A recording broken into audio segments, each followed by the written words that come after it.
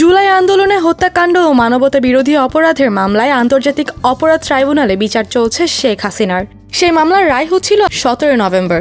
এই বিচারকে কেন্দ্র করে বেশ কিছু ছাত্র জনতা ধানমন্ডি 32 নম্বর এলাকার দিকে বুলডোজার নিয়ে রওনা দিয়েছিল।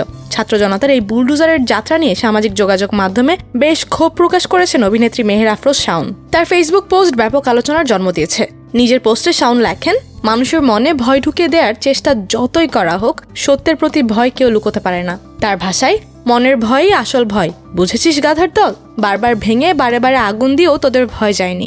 এই ভাঙা বাড়ির প্রতিটি ধূলিকণা যে বাংলাদেশের আকাশে বাতাসে মিশে আছে, সেটাকে কিভাবে অস্বীকার করবি রে রাজাকার বাহিনী?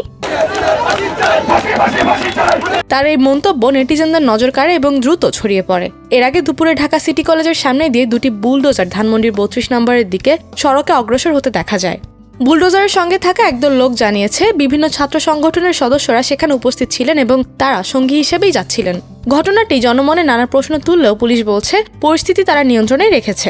ডিএমপির ধানমন্ডি অঞ্চলের অতিরিক্ত উপকমিশনার সিজানুল হক জানিয়েছেন, আইন নিজের হাতে তুলে নেওয়ার সুযোগ কাউকেই দেওয়া হবে না। পরিস্থিতি যাতে অস্থিতিশীল না হয় সেদিকে নজর রেখেই তারা মাঠে আছেন। মেহের আফরোজ শাওন এবারই প্রথম নয়, নানা সময় তিনি নানা রাজনৈতিক বিষয় নিয়ে ফেসবুকে স্ট্যাটাস দিয়ে আলোচনায় এসেছেন। সম্প্রতি হুমায়ুন আহমেদের জন্মদিনকে কেন্দ্র করে সাংস্কৃতিক বিষয়ক উপদেষ্টা মোস্তফা সারোয়ার ফারুককে নিয়েও স্ট্যাটাস দিয়েছেন তিনি, যা মুহূর্তে আলোচনার জন্ম দেয়।